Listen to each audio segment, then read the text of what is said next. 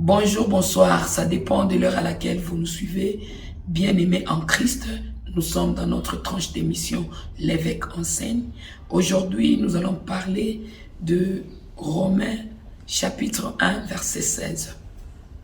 Romains chapitre 1, verset 16, nous lisons rapidement. Car je n'ai pas honte de l'évangile, c'est la puissance de Dieu par laquelle il sauve tous ceux qui croient, les juifs en premier et aussi les non-juifs. Amen. Nous voyons que aujourd'hui, des gens se complaisent de la parole de Dieu. Il y a même ceux qui se moquent des gens qui sont en train de prêcher. Mais laisse-moi vous dire, si Paul a déclaré « Je n'ai pas honte d'évangéliser », parce que nous savons qu'en évangélisant, même tes péchés te sont pardonnés. La Bible dit ceci en Jacques 5, verset 20.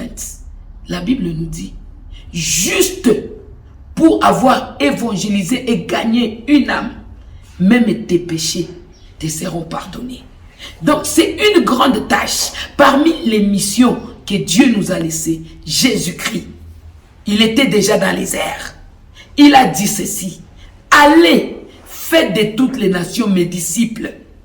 Donc s'il y a une mission qui a tenu Jésus à cœur quand il partait, c'est de faire de toutes les nations les disciples de Christ. Nous devons apprendre à évangéliser. Nous devons apprendre à apporter la parole partout où nous sommes. Nous devons apprendre à transmettre le message de Dieu. Aujourd'hui, avec l'évolution de la technologie, nous nous retrouvons face à une jeunesse qui est prête à partager des messages diaboliques. Des messages qui n'ont aucun intérêt, aucun impact sur leur vie. Mais quand vous envoyez des messages de Dieu, là vraiment, il trouve que c'est une perte de temps. Là, tu vas trouver, tout le monde se fatigue. Et pas même ça, je peux même aller plus loin pour dire que les hommes de Dieu, les hommes que Dieu a créés, se plaisent aujourd'hui de faire partager des messages qui sont en train de critiquer la parole de Dieu. Et aujourd'hui, si on voit un charlatan, un marabout, un féticheur en train de dire des mensonges, parce que moi j'ai toujours dit, dans la bouche du Satan, il ne sort que mensonge. Parce que le Satan est le père des mensonges. Donc que ça soit un marabout, un féticheur, qui passe sur les réseaux sociaux, il dit, les pasteurs sont venus me voir pour prendre une puissance. Là, tu vas voir sur les réseaux sociaux comment les gens sont en train de liker. C'est la distraction. C'est l'abomination. Parce que Dieu a besoin que sa parole puisse être évangélisée aux quatre coins de cette planète. Ce que nous trouvons difficile à nos jours. Les gens ont honte d'aller annoncer la parole. Or, c'est la parole de Dieu qui nous justifie.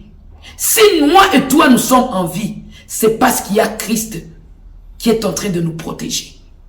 Dans le temps passé, il suffisait seulement qu'un homme fort de la famille, qu'une femme forte de la famille, qu'un enfant fort de la famille, qu'un bébé fort de la famille puisse faire les sacrilèges pour que tu puisses mourir. Mais aujourd'hui, par l'évangile, il y a des captifs qui sont libérés. Il y a des gens dont le monde des ténèbres a prédit des malédictions, mais ils n'ont pas su arriver à bout avec leur prédication, avec leur malédiction. C'est pour vous dire que la vraie puissance, c'est dans l'évangile. On nous dit que l'évangile a été prêché en premier aux enfants d'Israël, aux Juifs, les Juifs. L'alliance a été faite entre Dieu et Abraham. Et quand Dieu a vu que l'homme était de nature faible, il a envoyé son fils. Le fils est venu, pas pour faire une alliance entre les Juifs et Dieu, mais il a étendu vers les nations que nous sommes, parce que dans les temps, tout ce qui n'était pas juif était païen. Mais Dieu a permis qu'aujourd'hui, nous puissions aussi prêcher la parole. Nous puissions aussi parler de Dieu. Nous puissions aussi voir les puissances de l'Éternel. Dieu nous a aimés et il nous a envoyé son Fils. Et nous sommes aujourd'hui en train d'aller donner la parole. Au lieu de rester à publier des versets bibliques, une forme d'évangélisation par excellence, parce qu'aujourd'hui tu peux être fatigué, mais tu peux ne fût-ce que voir ton téléphone, quelques messages, et même si tu le veuilles ou pas, s'il y a un message qui est en train de parler de la parole de Dieu, directement tu as évangélisé d'une façon ou d'une autre. Nous sommes en train de dire à nos enfants, nos parents, nos amis, nos oncles et autres, de ne pas avoir honte de l'évangile. Parce que c'est l'évangile qui a libéré l'Afrique. Si dans le temps on était sous l'emprise du monde des ténèbres, aujourd'hui on peut faire face à un sorcier, on peut chasser les démons et on peut être libéré et on peut confondre le monde des ténèbres grâce à l'évangile. La mission que Jésus-Christ nous a donnée, évangéliser. Comment peux-tu avoir honte d'évangéliser? Comment peux-tu avoir honte d'apporter la parole à la nation? Comment peux-tu avoir honte de justifier ton existence? Parce que nous tous, nous avons été créés par Dieu. Il est l'unique créateur. Nous tous, nous sommes des créatures. Et pourquoi ne pas honorer ces dieux? En évangélisant, en gagnant les âmes. Il dit, faites de toutes les nations mes disciples. Aujourd'hui, nous voyons les occultistes en train de gagner les âmes, mais les chrétiens en train de se battre à l'église. Non, mes frères et sœurs. Nous devons évangéliser. Partout où nous sommes, nous devons apporter la parole. Nous sommes au travail, nous apportons la parole.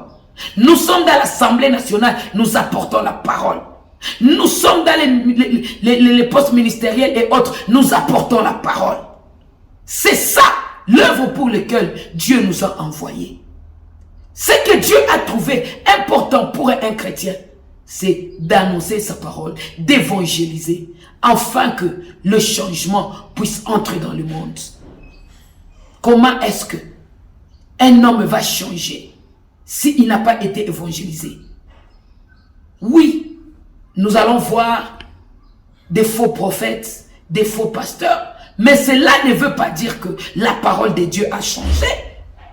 Si on parle de faux, c'est qu'il y a des vrais. Donc nous devons amener la parole à sa destination.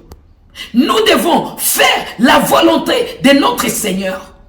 Nous devons racheter les âmes perdues. Parce que notre Dieu, il est un Dieu digne. Il est un Dieu plein de bonté. Il est un Dieu qui nous protège. Il est un Dieu de puissance. On nous dit l'évangile est la puissance de Dieu, par laquelle il nous a sauvés. L'évangile, c'est une puissance.